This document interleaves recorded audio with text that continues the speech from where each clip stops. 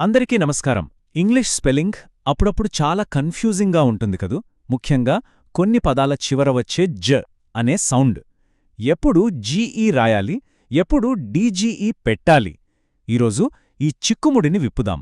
చాలా సింపుల్గా, స్పష్టంగా తెలుసుకుందాం. సరే, అసలు విషయంలోకి వెళ్ళిపోదాం. ఈ రెండు పదాలు చూడండి, బ్రిడ్జ్ మరియు కేజ్. రెండింటి చివరా వచ్చే సౌండ్ ఒకటే, జ. కానీ స్పెల్లింగ్ చూస్తే బ్రిడ్జ్లో ఒక డి ఎక్కువగా ఉంది, కేజ్లో లేదు. ఎందుకిలా? ఆ ఒక్క అక్షరం ఎందుకు వచ్చి చేరింది? ఈ పజిల్కి సమాధానం కనుక్కోవడమే మన పని. రైట్. ఈ స్పెల్లింగ్ మిస్టరీని సాల్వ్ చేయాలంటే మనకు కావాల్సిన మొదటి క్లూ వోవెల్స్లోనే ఉంది. అవును, అచ్చులు. వాటికి రెండు డిఫరెంట్ ఐడెంటిటీస్ ఉన్నాయన్నమాట. వాటిని అర్థం చేసుకుంటే చాలు, సగం సమస్య తీరిపోయినట్టే. ఓకే, ముందుగా షార్ట్ వోవెల్ సౌండ్ అంటే ఏంటో చూద్దాం. సింపుల్గా చెప్పాలంటే, ఒక పదంలో ఒక వోవెల్ ఒంటరిగా ఉన్నప్పుడు అది చేసే సౌండే షార్ట్ సౌండ్. దాని న్యాచురల్ లేదా డీఫాల్ట్ సౌండ్ అనుకోవచ్చు. ఉదాహరణకు చూడండి, యాపిల్లోని ఏ, దాని సౌండ్ ఏ కాదు, ఆ. అలాగే ఎగ్లో ఈ, దాని సౌండ్ ఈ కాదు, ఏ. ఇంక్, ఆరెంజ్, అంబ్రెల్లా, వీటన్నిట్లోనూ అంతే. ఈ షార్ట్ సౌండ్స్ మన మైండ్లో ఫిక్స్ అయితే ఈ పజిల్ని సాల్వ్ చేయడం చాలా ఈజీ అయిపోతుంది. సరే, ఇప్పుడు లాంగ్ వోవెల్ సౌండ్ సంగతి చూద్దాం. ఇక్కడ సీన్లోకి మ్యాజిక్ ఈ వస్తుంది. ఒక వోవెల్ తన పేరునే పలికితే, అంటే ఏ ఏ అని, ఐ అని పలికితే దాన్ని లాంగ్ సౌండ్ అంటాం. ఈ మ్యాజిక్ ఈకి ఎలాంటి సౌండ్ ఉండదు, అది సైలెంట్. కానీ దాని ముందున్న వోవెల్ సౌండ్ని మాత్రం మార్చేస్తుంది. అందుకే దాన్ని మ్యాజిక్ ఈ అంటారు. ఆ మ్యాజిక్ ఎలా పనిచేస్తుందో ఇక్కడ క్లియర్గా చూడొచ్చు. క్యాప్ ఉంది గదా, దానికి చివర ఒక ఈ చేరిస్తే కేప్ అవుతుంది. ఆ ఏ సౌండ్ ఆ నుంచి ఏగా మారిపోయింది. అదంతా చివర ఉన్న ఆ సైలెంట్ ఈ వల్లే. అలాగే కిట్ కాస్త కైట్ అయింది.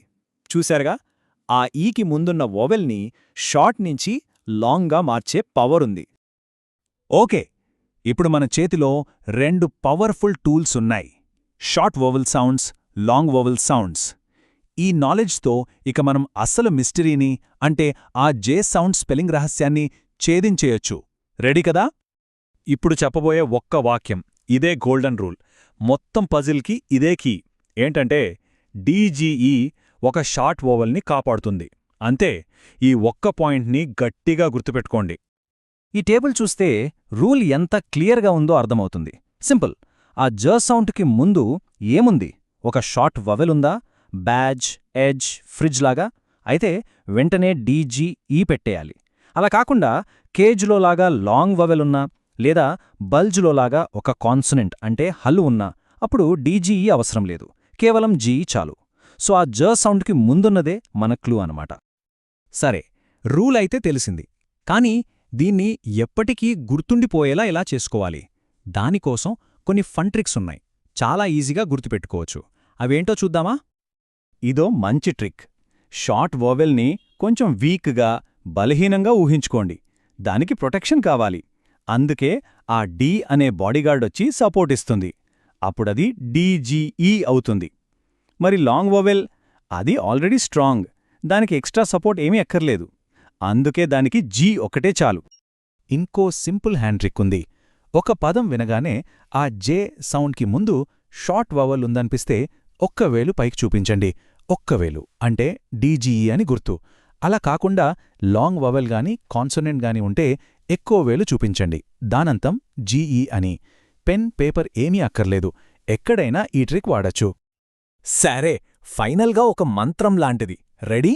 Short vowel DGE, not short GE. అంతే. ఈ చిన్న రైమ్ గుర్తుంటే చాలు, స్పెల్లింగ్లో కన్ఫ్యూజన్ అనేదే ఉండదు. ఓకే, మనం ఇప్పుడు ఈ పజిల్ చివరి అంకానికి వచ్చేసాం. అసలు ఈ రూల్ ఎందుకిలా ఉంది?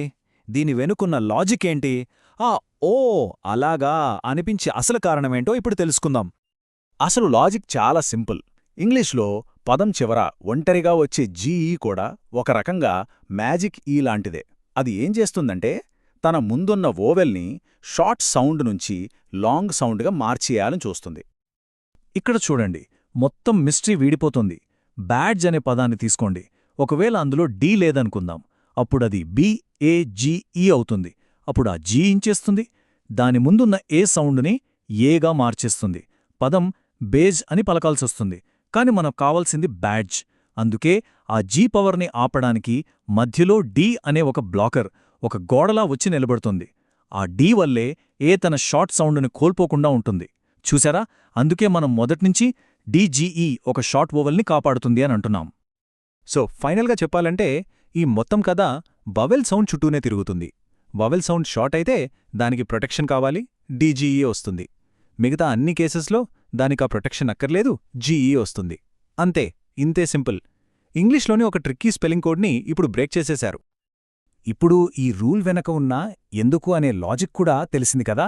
దీన్ని బట్టి ఆలోచిస్తే ఇంగ్లీష్ స్పెల్లింగ్లో ఇలాంటివి చాలా ఉంటాయి. అవి పజిల్స్లా కనిపించినా వాటి వెనక కూడా ఇలాంటి సింపుల్ రూల్స్ ఉంటాయి. వాటిని డీకోడ్ చేయడమే అసలు కిక్. మరి ఇంకెలాంటి స్పెల్లింగ్ పజిల్స్ని మనం సాల్వ్ చేయొచ్చో ఒకసారి ఆలోచించండి.